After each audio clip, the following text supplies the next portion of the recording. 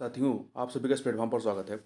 यहाँ पर हम लोग घटनाचक पब्लिकेशन के द्वारा जो जीएस दृष्टि सीरीज के तहत उत्तर प्रदेश के संबंध में मानचित्रात्मक पुस्तक प्रकाशित की गई है, इसको यहाँ पर हम लोग देख रहे हैं।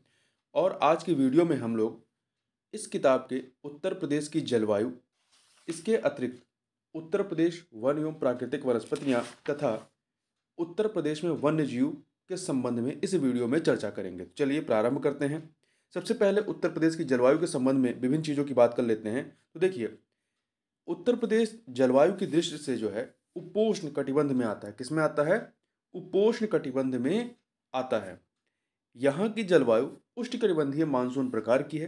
तराई क्षेत्रों में यहाँ नमी रहती है। तराई क्षेत्रों में यहाँ पर नमी रहती है और दक्षिण पठारी क्षेत्र में ग्रीष्म ऋतु में नमी बिल्कुल नहीं रहती है। वर्षा भूभाग और मिट्टी की विशेषताओं के आधार पर उत्तर प्रदेश में 9 कृषि जलवायु प्रदेशों की पहचान की गई। तो ध्यान रखिएगा, यदि पूछा जाता है कि उत्तर प्रदेश में कितने कृषि जलवायु प्रदेश हैं, तो कुल 9 हैं। और यदि पूरे भारत में पूछा जाए तो कुल 15 कृषि जलवायु क्षेत्र हैं या प्रदेश हैं। अब हम लोग बात करते हैं उत्तर प्रदेश जलवायु प्रदेश के बारे में। तो इसको दो पार्ट में बांट सकते हैं। एक आपका है आर्द्र एवं उष्ण प्रदेश, दूसरा है साधारण आर्द्र एवं उष्ण प्रदेश। तो आर्द्र एवं उष्ण प्रदेश में आपका तराई क्षेत्र आता है और पूर्वी उत्तर प्रदेश आता है। तराई क्षेत्र में यहाँ पर कैसा है? यहाँ पर 120 से 180 सेंटीमीटर वार्षिक वर्षा होती है, जबकि पूर्वी उत्तर प्रदेश में जो है 100 से 120 सेंटीमीटर वार्षिक वर्षा होती है। जबकि साधारण आर्द्र एवं उष्ण प्रदेश में यदि बात करें तो यहाँ पर मैदानी क्षेत्र इसके तहत आता है और यहाँ पर 80 से 100 सेंटीमीटर वार्षिक वर्षा यहाँ पर होती है। अब अन्य चीज़ों की बात करते हैं। तो देखिए, यदि शीत ऋतु की बात करें, उत्तर प्रदेश में ऋतुएं कितनी हैं? मुख्यतः 3 हैं: शीत ऋतु, ग्रीष्म ऋतु और वर्षा ऋतु। ठीक है। देखिए, थॉर्नथवेट के अनुसार उत्तर प्रदेश में CBW अर्थात सम शीतोष्ण उपाद्र जलवायु का विस्तार मिलता है। तो इसको आपको याद रखना है, CBW मतलब सम शीतोष्ण उपाद्र जलवायु का विस्तार मिलता है। वहीं कोपेन के अनुसार उत्तर प्रदेश में जलवायु का शुष्क शीत वाला मानसूनी प्रकार अर्थात CWG मिलता है। तो आपको ध्यान रखना है कि यदि प्रश्न में थॉर्नथवेट के अनुसार पूछेगा तो CBW है और कोपेन के अनुसार पूछेगा तो CWG है। अब यहां पर बात करते हैं शीत ऋतु में के संबंध में जो विशिष्ट तथ्य हैं। तो शीत ऋतु उत्तर प्रदेश में आप देखेंगे इसकी अवधि क्या है? अक्टूबर से फरवरी तक शीत ऋतु रहता है, अक्टूबर से फरवरी तक। और सर्वाधिक ठंडा महीना कौन सा होता है? वो है जनवरी का। इस शीत ऋतु में वर्षा भी होती है और यहाँ के तापमान के बारे में बात करें तो वर्षा उत्तर पश्चिम से आने वाले चक्रवातों के कारण यहाँ पर वर्षा होती है। ठीक है, पश्चिमी विक्षोभ के कारण। और ये चक्रवात औसतन जो है इनकी संख्या कितनी थी? 3 से 5 के मध्य होती है। और इसकी वजह से उत्तर पश्चिम क्षेत्रों में वर्षा की जो मात्रा होती है कितनी होती है? 7 से 10 सेंटीमीटर। बहुत ज़्यादा वर्षा नहीं होती है, कम होती है पर होती है। और तापमान की बात करें तो यहाँ मैदानी क्षेत्र में शीत ऋतु में औसत अधिकतम तापमान जो है वो 27.2 डिग्री सेंटीग्रेड होता है। और उत्तर प्रदेश के दक्षिण पठारी भाग में अधिकतम तापमान जो है वो 28.3 डिग्री सेंटीग्रेड और जबकि न्यूनतम तापमान 13.3 डिग्री सेंटीग्रेड। और उत्तर प्रदेश के पश्चिमी मैदानी तथा पर्वतीय भागों का औसत न्यूनतम तापमान कितना होता है? 10 डिग्री सेंटीग्रेड होता है। आगे बढ़ते हैं। आगे ग्रीष्म ऋतु के संबंध में विशिष्ट तथ्यों को यहाँ पर देखें तो ग्रीष्म ऋतु की अवधि उत्तर प्रदेश में कब से कब तक होती है? मार्च से लेकर के जून तक होती है। और अधिकतम गर्मी यहाँ पर कहाँ पड़ती है? तो अधिकतम गर्मी जो है झांसी और आगरा जिलों में पड़ती है, जबकि सबसे कम गर्मी जो है बरेली जिला में पड़ती है। लू एक शब्द होता है जो कि ग्रीष्म ऋतु में काफी सुनने को मिलता है। तो लू का मतलब होता है ग्रीष्म ऋतु में पश्चिम की ओर से चलने वाली शुष्क एवं गर्म हवाएं, मतलब ये पछुआ हवाएं होती हैं। पश्चिम से चल रही हैं तो पछुआ हवाएं हैं। ग्रीष्म ऋतु में कुछ स्थानों पर अधिकतम तापमान रिकॉर्ड कितना है? 47 डिग्री सेंटीग्रेड तापमान किया गया है। बुंदेलखंड क्षेत्र में सर्वाधिक औसत की बात करेंगे तो बुंदेलखंड क्षेत्र में है। क्यों? क्योंकि ये जो है कर्क रेखा से निकटता रखता है। अधिकतम औसत तापमान जो है ग्रीष्म ऋतु में उत्तर प्रदेश में कितना होता है? 36 से 39 डिग्री सेंटीग्रेड, जबकि न्यूनतम 21 से 23 डिग्री सेंटीग्रेड होता है। सर्वाधिक रिकॉर्ड तापमान कब होता है? मई व जून माह में होता है। आगे चलते हैं। आगे बात कर लेते हैं उत्तर प्रदेश में वर्षा ऋतु के संबंध में विशिष्ट तथ्यों की। तो पहले हमने शीत ऋतु की बात की, ग्रीष्म की बात की, अब वर्षा ऋतु के बारे में बात करते हैं। तो इसकी अवधि कब से कब तक रहती है? जून के अंतिम सप्ताह से लेकर के अक्टूबर तक वर्षा ऋतु होती है। सर्वाधिक वर्षा जो है आपकी जुलाई में अगस्त माह में होती है। औसत अधिकतम तापमान कितना होता है? 32 से 34 डिग्री सेंटीग्रेड। और औसत न्यूनतम तापमान कितना होता है वर्षा ऋतु में? 25 डिग्री सेंटीग्रेड। जबकि उत्तर प्रदेश की अधिकांश मानसूनी वर्षा की बात करें तो ये दक्षिण पश्चिम मानसून की बंगाल की खाड़ी शाखा से प्राप्त होती है। किससे? दक्षिण पश्चिम मानसून की बंगाल की खाड़ी शाखा से। वर्षा की मात्रा की बात करें तो प्रदेश की संपूर्ण वर्षा का लगभग 60% जो है जुलाई एवं अगस्त माह में प्राप्त होता है, तथा बंगाल की खाड़ी से उठने वाला मानसून जो बिहार के मैदान से होता हुआ उत्तर प्रदेश में प्रवेश करता है, इसे क्या कहते हैं? पूर्वा कहते हैं। क्या कहते हैं? पूर्वा कहा जाता है। अब आगे बात करते हैं उत्तर प्रदेश की मिट्टियों के संबंध में। तो देखिए, मृदा या मिट्टी पृथ्वी की ऊपरी सतह पर मिलने वाले असंगठित पदार्थों की ऊपरी परत है, जो चट्टानों के विखंडन एवं वियोजन तथा वनस्पतियों के अवसादों के योग से बनती है। किसी भी क्षेत्र की मृदाएं पैतृक पदार्थ, जिसमें चट्टान, जलवायु दशाएं जैसे वर्षा, तापमान, ढाल की तीव्रता, वनस्पति और समय, चाहे वो दीर्घकालिक हो चाहे अल्पकालिक, इस पर निर्भर करती है।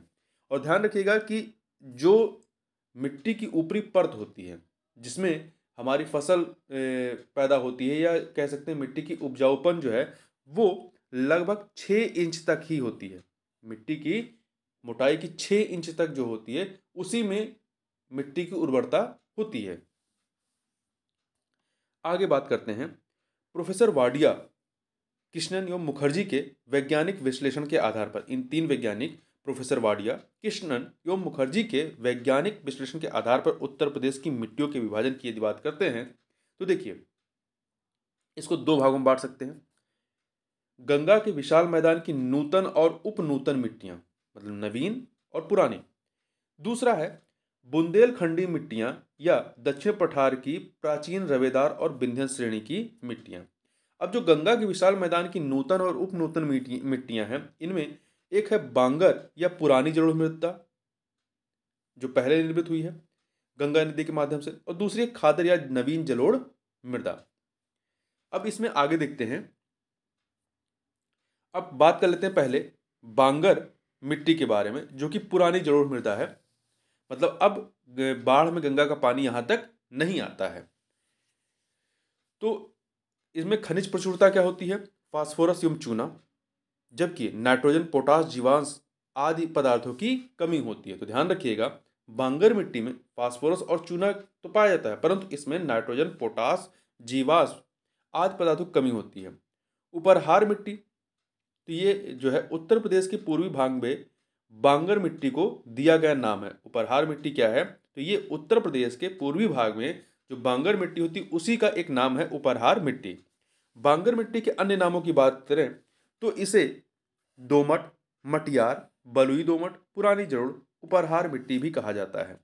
अब आगे देखते हैं। अब खादर मिट्टी के बारे में बात कर लेते हैं। तो खादर मिट्टी का जो विस्तार है वो नदियों के बाढ़ वाले मैदान में है, जहां हर साल बाढ़ का पानी आता है। तो ये नवीन जलोढ़ होती है। इसकी उर्वरता की बात करें तो बांगर की अपेक्षा अधिक मात्रा में उर्वरा शक्ति होती है। विशेषता, ये हल्के रंग वाली, छिद्रयुक्त तथा महीन कोण वाली होती है। हल्के रंग वाली, छिद्रयुक्त तथा महीन कोण वाली। इसमें खनिज की उपलब्धता की बात करें तो इसमें चूना, पोटास, मैग्नीशियम तथा जीवांशों की अधिकता होती है, जबकि नाइट्रोजन, फास्फोरस एवं ह्यूमस पदार्थ की कमी होती है। तो ध्यान रखिएगा कि नाइट्रोजन की कमी जो है आपकी वो बांगर में भी होती है, खादर में भी होती है। परंतु एक चीज दोनों में डिफरेंस है कि फास्फोरस, बांगर मिट्टी में फास्फोरस होता है, उसकी प्रचुरता होती है, परंतु जो खादर मिट्टी है यहाँ पे फास्फोरस भी नहीं पाया जाता है। खादर मिट्टी के अन्य नामों की बात करें तो नवीन जलोढ़, कछारी, सिल्ट, बलुआ, मटियार, दोमट आदि। आगे बढ़ते हैं। अब हम लोग बात कर लेते हैं उत्तर प्रदेश की मिट्टी के संबंध में कुछ विशिष्ट तथ्यों के बारे में। तो देखिए, इसे आप यहाँ की मिट्टी को 3 बड़े भागों में बांट सकते हैं। कैसे? भाबर पर्वतीय प्रदेश की मिट्टी, उत्तर प्रदेश के गंगा यमुना दोआब और राम गंगा दोआब क्षेत्रों में की मिट्टी, उत्तर प्रदेश में दोमट एवं बलुई। एक सेकेंड, हमें यहाँ मिट्टी से संबंधित कुछ महत्वपूर्ण तथ्यों के बारे में बात करनी है। ठीक है, तो देखिए, इसमें भाबर पर्वतीय क्षेत्र के बारे में बात करें तो ये जो है, यहाँ ये मिट्टी कैसी होती है? मोटी रेत वाली, कंकड़ और पत्थर से निर्मित अत्यंत छिछली मिट्टी होती है। और यहाँ पर क्या होता है, इस क्षेत्र में, भाबर क्षेत्र में मिट्टी जो नदियाँ होती हैं वो आकर के लुप्त हो जाती हैं। वहीं यदि इसकी दूसरी विशेषता उत्तर प्रदेश के गंगा यमुना दोआब और गंगा दोआब क्षेत्रों के बारे में बात करें तो यहाँ पर जलोढ़ एवं कॉप मिट्टी का विस्तार पाया जाता है। जबकि यदि हम तीसरी इसकी विशेषता देखें तो उत्तर प्रदेश में दोमट एवं बलुई मिट्टी को क्षेत्रीय भाषा में जो नाम दिए गए हैं उनकी यदि बात करें तो क्या नाम दिया गया है? सिक्का, करियाल एवं धनका। सिक्टा, करियाल एवं धन का नाम दिया गया है। यहाँ पर हम लोग उत्तर प्रदेश की कुछ प्रमुख मिट्टियों के बारे में बात देखते हैं, उनके नाम को देख लें। तो देखिए, लाल बलुई मिट्टियाँ मृदाएं, तराई मृदाएं, लवण प्रभावित मृदाएं, लाल और पीली मृदाएं, मिश्रित लाल एवं काली मृदाएं, मध्यम काली मृदाएं, कैल्शियम युक्त मृदाएं, जलोढ़ मृदाएं, पर्वत पदीय मृदाएं। अब कुछ अन्य चीजों की बात कर लेते हैं। तो देखिए, उत्तर प्रदेश में क्षेत्रवार मृदा अपरदन के जो प्रकार हैं उन प्रकारों की देख लेते हैं। तो सबसे पहले उत्तरी क्षेत्र में देखते हैं। उत्तरी क्षेत्र में परत अपरदन जो है ये विशेष रूप से प्रभावी है। जबकि पूर्वी क्षेत्र में बात करें तो परत अपरदन विशेष रूप से यहाँ प्रभावी है जलीय अपरदन के रूप में। ठीक है, यहाँ पे जो मिट्टी का अपरदन होता है वो जलीय अपरदन होता है। जबकि दक्षिणी क्षेत्र में ये यहाँ पर रिल अपरदन होता है और ये भी जलीय अपरदन के माध्यम से होता है। पश्चिमी क्षेत्र में देखें, पश्चिमी क्षेत्र में तो अवनालिका अपरदन यहाँ पे विशेष रूप से प्रभावी है। ठीक है, और यहाँ पे ये होता किसकी वजह से? वायु अपरदन। तो देखिए, उत्तरी क्षेत्र में परत अपरदन कौन सा मतलब अपरदन होता है? तो परत अपरदन होता है, ये प्रभावी है। पूर्वी क्षेत्र में भी परत अपरदन ही होता है जलीय अपरदन के माध्यम से। दक्षिणी क्षेत्र में रिल अपरदन होता है और पश्चिमी क्षेत्र में अवनालिका अपरदन होता है। अब बात करते हैं लाल मिट्टी के संबंध में विशिष्ट तथ्यों के। उत्तर प्रदेश में जो लाल मिट्टी पाई जाती है, तो ये लाल मिट्टी का क्षेत्र कहाँ है, कहाँ मिलता है? तो मिर्जापुर, सोनभद्र आदि जिलों में लाल मिट्टी पाई जाती है। लाल मिट्टी का निर्माण कैसे होता है? तो बालू में लाल शैलों के अपक्षय के द्वारा होता है। और लाल मिट्टी का विस्तार जो है आपका बेतवा और धशान जो नदियां हैं, इन नदियों के जल प्लावित क्षेत्रों में लाल मिट्टी का विस्तार है। लाल मिट्टी में उगाई जाने वाली फसलें कौन सी हैं? गेहूं, चना एवं दलहन आदि। गेहूं, चना एवं दलहन आदि। लाल मिट्टी में कमी किसकी है? नाइट्रोजन, जीवांश, फास्फोरस एवं चूना खनिजों की। नाइट्रोजन, जीवांश, फास्फोरस एवं चूना खनिजों की यहाँ पर कमी है। आगे चलते हैं। आगे हम लोग बात कर लेते हैं बुंदेलखंडी मृदा के बारे में कुछ विशिष्ट तथ्यों की। तो बुंदेलखंडी मिट्टी क्या है? तो देखिए, उत्तर प्रदेश के दक्षिणी पठार की मिट्टियां जो होती हैं, उत्तर प्रदेश के दक्षिणी पठार की मिट्टियां बुंदेलखंडी मिट्टियां कहलाती हैं। इनका विस्तार कहाँ है? जालौन, झांसी, ललितपुर और हमीरपुर। जालौन, झांसी, ललितपुर और हमीरपुर। इनके अन्य नाम क्या हैं? परवा या पड़वा, माड़ या मार, राकर या राकड़ मृदा, राकर मृदा, भोटा मृदा इत्यादि। तो नाम फिर से देख लीजिए बुंदेलखंडी मृदा के: परवा या पड़वा, माड़ या मार, राकर या राकड़ मृदा, भोटा मृदा इत्यादि। कुछ अन्य महत्वपूर्ण तथ्यों की बात करते हैं। तो वायु अपरदन से उत्तर प्रदेश के सर्वाधिक प्रभावित जिले कौन से हैं? मथुरा एवं आगरा। मथुरा और आगरा ये पश्चिमी क्षेत्र में आएंगे। ठीक है, और यहाँ का अपरदन का रूप क्या है? अवनालिका अपरदन होता है। ये यहाँ पर अवनालिका, वायु अपरदन की वजह से अवनालिका अपरदन होता है। जलीय अपरदन से उत्तर प्रदेश का सर्वाधिक प्रभावित क्षेत्र कौन सा है? जलीय अपरदन से तो ये कौन सा क्षेत्र है? हिमालय का तराई प्रदेश। हिमालय का तराई प्रदेश। उत्तर प्रदेश में टर्सरी मिट्टी संबंधित क्षेत्र कौन सा? शिवालिक पहाड़ी क्षेत्र। जल प्लावित नदी के किनारे पाई जाने वाली मिट्टी को उत्तर प्रदेश में जाना जाता है किस नाम से? डूह मृदा के नाम से। डूह मृदा के नाम से। बुंदेलखंड क्षेत्र की काली मृदा को किस नामों जानते हैं? रेगुर, करेल या कपासी मृदा आदि नामों से इसको जाना जाता है। अब बात कर लेते हैं उत्तर प्रदेश वन एवं प्राकृतिक वनस्पतियों के बारे में। तो उत्तराखंड के गठन के कारण उत्तर प्रदेश का अधिकांश वन क्षेत्र जो है उत्तराखंड में चला गया। वर्तमान में उत्तर प्रदेश के मात्र 6.15% क्षेत्र पर जो आपका ISFR 2021 की रिपोर्ट है, फॉरेस्ट जो रिपोर्ट है उसके अनुसार इतना 6.15 वनावरण शेष है उत्तर प्रदेश में। वृक्षावरण क्षेत्र कितना है? 3.08%। 3.08% को मिला करके यह परसेंटेज जो है 9.23 तक पहुंचता है। देखिए ये जो 9.23 है इसमें 6.15% का वनावरण है और इसके अतिरिक्त 3.08% का वृक्षावरण है। ठीक है, अब कुछ अन्य चीज़ों की बात करते हैं। पहले देखिए उत्तर प्रदेश की वन नीतियों की बात कर लेते हैं। तो उत्तर प्रदेश या पूरे भारत की प्रथम वन नीति जो है आपकी 1952 में आती है और द्वितीय नीति उत्तर प्रदेश या पूरे भारत की 1988 में आती है। देखिए उत्तर प्रदेश वन नीति का संचालन वर्ष 1998 से 1998 से कर रहा है। वर्तमान स्थिति क्या है? राज्य वन नीति 2017 लागू है उत्तर प्रदेश वन नीति 1998 के स्थान पर। अब हम लोग बात करते हैं उत्तर प्रदेश की वन स्थिति रिपोर्ट ISFR 2021 के अनुसार जो महत्वपूर्ण फैक्ट हैं उनकी। तो कुल वनावरण क्षेत्र कितना है? यह है आपका 14,817.89 वर्ग किलोमीटर। ये उत्तर प्रदेश के कुल भौगोलिक क्षेत्रफल का कितना है? 6.15% है। पहले हम लोग वनावरण की बात कर चुके हैं 6.15%। इसमें वृक्षावरण शामिल नहीं है। अति सघन वन इसमें कितना है? 1.09%। कुल भौगोलिक क्षेत्र का 1.09%। मध्यम सघन वन 1.67% कुल भौगोलिक क्षेत्र का। खुले वन 3.39% कुल भौगोलिक क्षेत्र का। झाड़ियाँ कितना है? झाड़ियों का क्षेत्रफल जो है वो 563.38 वर्ग किलोमीटर है। कुल क्षेत्र का 0.23%, मतलब ये जो 6.15% है इसका 0.23%। अधिकतम वन क्षेत्र प्रतिशत वाले जिले कौन से हैं? सोनभद्र, चंदौली, चित्रकूट। ये क्रम है, सबसे अधिक सोनभद्र, उससे कम चंदौली, उससे कम चित्रकूट है। न्यूनतम वन प्रतिशत वाले जिले कौन से? सबसे कम आपका भदोही में है, उससे ज़्यादा मैनपुरी में, उससे ज़्यादा देवरिया में है। अधिकतम, अभी तक ने परसेंटेज की बात की, अब अधिकतम वन क्षेत्र की बात करते हैं। तो सबसे अधिक वन क्षेत्र कहाँ पे है? सोनभद्र। देखिए परसेंटेज के रूप में भी सोनभद्र है और क्षेत्रफल के माध्यम से भी जो है सोनभद्र है। दूसरे पे लखीमपुर खीरी है उससे कम, और तीसरे पे मिर्जापुर है। न्यूनतम वन क्षेत्र वाले जिले भदोही, देखिए परसेंटेज के रूप में भी सबसे कम है और क्षेत्रफल के रूप में भी। तो भदोही, उससे ज़्यादा मऊ की है, उससे ज़्यादा मैनपुरी की है। आगे चलते हैं। आगे उत्तर प्रदेश में वनों के प्रकार की बात करें तो मुख्यतः 3 प्रकार के वन यहाँ पे मिलते हैं। उष्णकटिबंधीय शुष्क पर्णपाती वन, उष्णकटिबंधीय आर्द्र पर्णपाती वन, उष्णकटिबंधीय कटीली झाड़ियाँ। अब वनों से लाभ क्या है इनको भी थोड़ा सा देख लेते हैं। देखिए जैसे बीड़ी बनाने हेतु तेंदू वृक्ष के पत्तों का प्रयोग किया जाता है। कत्था की प्राप्ति जो है वो खैर वृक्ष के प्रयोग से होता है। वहीं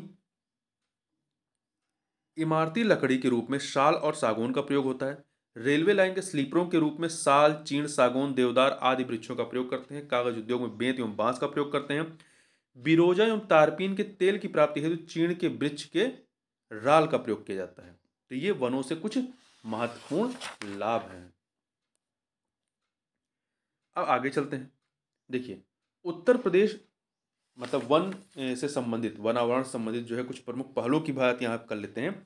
तो उत्तर प्रदेश वन महोत्सव के बारे में यदि बात करें तो इसका प्रारंभ कब होता है? जुलाई 1952 में इसका प्रारंभ हुआ। वन महोत्सव सप्ताह कब मनाया जाता है? तो ये 1 से 7 जुलाई, प्रतिवर्ष जुलाई के प्रथम सप्ताह में 1 से 7 जुलाई तक मनाया जाता है। ठीक है। वन महोत्सव आंदोलन का मूल आधार क्या है? वृक्ष का अर्थ जल है, जल का अर्थ है रोटी, और रोटी ही जीवन है। अब बात कर लेते हैं वनों पर आधारित उत्तर प्रदेश के प्रमुख उद्योगों से संबंधित जिले या क्षेत्रों के बारे में। तो देखिए बेंत, फर्नीचर, माचिस, कत्था, प्लाईवुड उद्योग से संबंधित जो जिले हैं वो हैं बरेली, नजीमाबाद एवं ज्वालापुर। जबकि कागज उद्योग संबंधित जिला है सहारनपुर। लकड़ी के खिलौने सोनभद्र और वाराणसी। खेल का सामान मेरठ। बीड़ी चीनी मिट्टी के खिलौने मिर्जापुर, झांसी, बरेली, सहारनपुर। तो सहारनपुर जो है आपका बीड़ी चीनी मिट्टी के खिलौने के लिए भी है और कागज उद्योग के लिए भी है। अब यहाँ पर थोड़ा सा बात करते हैं उत्तर प्रदेश में वनों से संबंधित महत्वपूर्ण कार्यक्रम और योजनाओं के बारे में। तो इसमें एक आता है सामाजिक वानिकी योजना, उत्तर प्रदेश में 1979 से प्रारंभ होती है। लखनऊ वृक्षारोपण परियोजना 2004-5 में प्रारंभ की गई थी। सघन वृक्षारोपण कार्यक्रम 2005-6 में। वृक्ष बंधु पुरस्कार योजना 2007-8 में प्रारंभ की गई। बांस रोपण एवं वन सुधार योजना 2007-8 में। वृक्षारोपण विस्तार योजना 2007-8 में। वन श्रमिकों के कल्याणार्थ सामूहिक बीमा योजना का प्रारंभ 1989-90 में किया गया।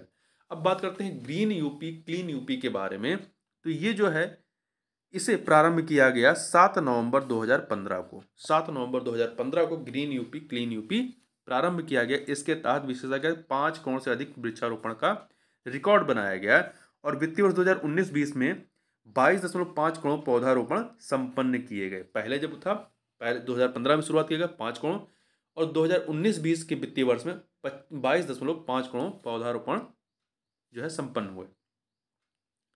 अब बात कर लेते हैं उत्तर प्रदेश में वन्यजीवों के संबंध में। देश के प्रथम वन्यजीव परिरक्षण संगठन की स्थापना उत्तर प्रदेश में वर्ष 1956 में की गई थी। देश के प्रथम वन्यजीव परिरक्षण संगठन की स्थापना उत्तर प्रदेश में वर्ष 1956 में की गई थी। तो इस फैक्ट को आपको यहाँ पर याद रखना है। वन्यजीव परिरक्षण संगठन का प्रमुख कार्य विदेश में वन्यजीवों की सुरक्षा तथा आधुनिक एवं वैज्ञानिक पद्धति से सघन वन्यजीव प्रबंधन, साथ ही राष्ट्रीय उद्यानों, वन विहारों एवं पक्षी विहारों का विकास करना है। उत्तर प्रदेश के बाघ अभ्यारण्य की बात करें तो यहाँ पर 3 बाघ अभ्यारण्य हैं, पीलीभीत, दुधवा और अमनगढ़। कौन कौन से हैं? पीलीभीत, दुधवा और अमनगढ़ हैं। ठीक है। उत्तर प्रदेश के प्रमुख चिड़ियाघर की बात कर लेते हैं तो 3 हैं। नवाब वाजिद अली शाह जूलॉजिकल गार्डन लखनऊ, कानपुर प्राणी उद्यान और तीसरा है शहीद अशफाक उल्लाह खां प्राणी उद्यान गोरखपुर। तो 3 हैं, इसको आपको याद रखना है। यहाँ पर आगे बढ़ने से पहले कुछ अन्य चीज़ों को थोड़ा सा यहाँ पर जोड़ लीजिएगा आप। देखिए वर्तमान में उत्तर प्रदेश के जो टाइगर रिजर्व हैं वो 4 हैं। यहाँ पे 3 दिए गए हैं पर आपके 4 हैं। चौथा जो है चित्रकूट का रानीपुर जो टाइगर रिजर्व है, मतलब वन्यजीव अभ्यारण्य था, उसे टाइगर रिजर्व घोषित किया गया है। तो एक आपका पीलीभीत हो गया, दूसरा दुधवा हो गया, तीसरा अमनगढ़ है। अमनगढ़ जो है ये जो जिम कॉर्बेट था अब उत्तराखंड में हिस्सा चला गया, उसका जो कुछ हिस्सा उत्तर प्रदेश में बिजनौर इलाके में वो अमनगढ़ टाइगर रिजर्व के नाम से जाना जाता है। और चौथा जो है आपका, तो इसको ध्यान रखिएगा, चौथा जो है वो रानीपुर है। ठीक है, चौथा आपका रानीपुर है जो कि आपके चित्रकूट में स्थित है। आगे बढ़ते हैं। अब यहाँ पर बात कर लेते हैं उत्तर प्रदेश के वन्यजीव विहार के। तो वर्तमान में उत्तर प्रदेश में कुल 11 वन्यजीव विहार हैं और उससे संबंधित जिलों की बात कर लेते हैं। तो देखिए चंद्रप्रभा वन्यजीव विहार आपका कहाँ पर है? तो ये चंदौली में है। कछुआ वन्यजीव विहार वाराणसी में है। किशनपुर वन्यजीव विहार लखीमपुर खीरी में है। रानीपुर वन्यजीव विहार ये बांदा में है। ठीक है। कतरनिया घाट रानीपुर वन्यजीव विहार आपका बांदा में। कतरनिया घाट वन्यजीव विहार बहराइच में। सोहलवा वन्यजीव विहार बलरामपुर, गोंडा, श्रावस्ती, इन 3 जिलों में विस्तारित है। सोहागी बरवा वन्यजीव विहार जो है आपका महाराजगंज में है। हस्तिनापुर वन्यजीव विहार ये आपका मेरठ, हापुड़, बिजनौर, अमरोहा, मुजफ्फरनगर में विस्तारित है। जबकि कैमूर वन्यजीव विहार जो है आपका मिर्जापुर और सोनभद्र में। महावीर स्वामी वन्यजीव विहार ललितपुर में है और राष्ट्रीय चंबल वन्यजीव विहार आगरा और इटावा में है। तो ये कुल आपके 11 वन्यजीव विहार जो उत्तर प्रदेश में स्थित हैं। यहाँ एक चीज़ ध्यान रखिएगा ये थोड़ा सा कि रानीपुर वन्यजीव विहार जो है आपका चित्रकूट में है। ठीक है, चित्रकूट में है, इसको ध्यान रखिएगा। आगे चलते हैं। उत्तर प्रदेश के पक्षी विहारों की बात कर लेते हैं। तो वर्तमान में कुल 14 पक्षी विहार हैं उत्तर प्रदेश में। कितने हैं? कुल 14 हैं। अब कौन कौन से हैं 14? तो देखिए विजय सागर पक्षी वन्यजीव विहार, विजय सागर पक्षी वन्यजीव विहार आपका महोबा में है। पार्वती अरंगा पक्षी वन्यजीव विहार गोंडा में है। सूर सरोवर पक्षी वन्यजीव विहार आगरा और इटावा में है। समन पक्षी वन्यजीव विहार मैनपुरी में है, बखिरा पक्षी वन्यजीव विहार जो है संत कबीर नगर में है, शेखा झील पक्षी वन्यजीव विहार अलीगढ़ में है, जयप्रकाश नारायण या सुरहाताल पक्षी वन्यजीव विहार आपका बलिया में स्थित है। और आपका एक सेकेंड, शहीद चंद्रशेखर आजाद नवाबगंज पक्षी वन्यजीव विहार उन्नाव में, समसपुर पक्षी वन्यजीव विहार आपका रायबरेली में है, जबकि पटना पक्षी वन्यजीव विहार एटा में, लाख बहोसी पक्षी वन्यजीव विहार कन्नौज में, सांडी पक्षी वन्यजीव विहार हरदोई में है, ओखला पक्षी वन्यजीव विहार गौतम बुद्ध नगर में, डॉक्टर भीमराव अंबेडकर पक्षी वन्यजीव विहार जो है आपका प्रतापगढ़ में है। यहाँ पे थोड़ा सा आप नोट याद रखिएगा कि उत्तर प्रदेश की फॉरेस्ट स्टैटिस्टिकल बुक 2018 के तहत उपर्युक्त के अतिरिक्त दुधवा राष्ट्रीय उद्यान एवं टाइगर रिजर्व लखीमपुर खीरी और 2 अन्य tiger reserve, Pilibhit tiger reserve जो कि पीलीभीत तो शाहजहांपुर में है, और अमनगढ़ टाइगर रिजर्व जो कि बिजनौर जिला में है, उसका विवरण भी दिया गया है। आगे चलते हैं। आगे हम लोग बात करते हैं उत्तर प्रदेश में मछलियों की जो प्रमुख प्रजातियां पाई जाती हैं उन प्रमुख प्रजातियों के बारे में। कौन कौन से नाम यहाँ पे एक बार देखना है। तो देखिए, सिंघी, कट्टा, मत्स्य, बित्तल, हिल्सा, ईल, शॉल, क्यूचपा, तेगन, ट्राउट, पड़हीन, लावी, रसेला, ब्रिगाल, मांगुर और रोही, ये क्या है, मछलियों की प्रजातियां हैं। अब हम थोड़ा सा बात कर लेते हैं इटावा सफारी पार्क के संबंध में महत्वपूर्ण तथ्यों की। तो इसकी स्थापना जो है, इटावा सफारी पार्क की स्थापना एशियाई शेरों को वैकल्पिक आवास उपलब्ध कराने के हेतु किया गया है। एशियाई शेर आपके गिर के जंगल में गुजरात में पाए जाते हैं। पर्यटन विकास हेतु 2 कारण थे, एक तो एशियाई शेरों को वैकल्पिक आवास उपलब्ध कराने हेतु, दूसरा पर्यटन विकास हेतु। यहाँ पे जो मुख्य जीव मतलब प्रमुख जीव जो पाए जाते हैं उसमें भालू है, तेंदुआ है, हाथी, हिरण और शेर पाए जाते हैं। अब बात कर लेते हैं वन्य जीव संरक्षण हेतु जो कुछ योजनाएं हैं उत्तर प्रदेश की, उन कुछ योजनाओं के बारे में। जैसे मयूर संरक्षण केंद्र आपका मथुरा के वृंदावन में, कछुआ पुनर्वास योजना, गंगा नदी प्रदूषण निवारण के लिए कछुओं के संरक्षण हेतु इसको प्रारंभ किया गया। घड़ियाल प्रजनन एवं पुनर्वास योजना, मगरमच्छ एवं घड़ियालों के संरक्षण हेतु इसको प्रारंभ किया गया। कुछ महत्वपूर्ण तथ्यों की बात करें तो प्रदेश का सबसे पुराना वन्यजीव विहार स्थित है चंदौली में, जिसका नाम है चंद्रप्रभा वन्यजीव विहार। प्रदेश का एकमात्र राष्ट्रीय उद्यान है लखीमपुर खीरी में स्थित दुधवा राष्ट्रीय उद्यान। वर्ष 1987-88 में बाघ परियोजना में शामिल उद्यान है दुधवा राष्ट्रीय उद्यान, लखीमपुर खीरी में है। 9 जून 2014 को उत्तर प्रदेश सरकार द्वारा बाघ अभ्यारण्य का दर्जा प्रदान किया गया पीलीभीत वन्यजीव अभ्यारण्य को। प्रत्येक वर्ष अक्टूबर माह के प्रथम सप्ताह 1 से 7 अक्टूबर को जो है क्या मनाया जाता है, वन्य प्राणी सुरक्षा सप्ताह मनाया जाता है। अब हम लोग बात कर लेते हैं उत्तर प्रदेश के रामसर आर्द्रभूमि स्थल की कितने हैं वर्तमान में, कुल 10 हैं, और पूरे देश में कितने हैं वर्तमान में 75 हैं। तो इन 10 की बात कर लेते हैं। उन्नाव में स्थित नवाबगंज पक्षी विहार, गोंडा का पार्वती अरंगा पक्षी विहार, मैनपुरी का समन पक्षी विहार, रायबरेली का समसपुर पक्षी विहार, हरदोई का सांडी पक्षी विहार, इटावा का सरसई नवार झील, आगरा का सूर सरोवर, ऊपरी गंगा नदी ब्रिजघाट से नरोरा तक, मुजफ्फरनगर और बिजनौर में स्थित हैदरपुर आर्द्रभूमि और बखिरा पक्षी वन्यजीव विहार। इसे ये संत कबीर नगर, ये कहाँ पे है, संत कबीर नगर में है। इसे जून 2021 में शामिल किया गया। तो कुल 10 हैं। तो इस प्रकार से इस वीडियो में बस इतना ही। मिलते हैं नेक्स्ट वीडियो में, तो तक के लिए बहुत बहुत धन्यवाद।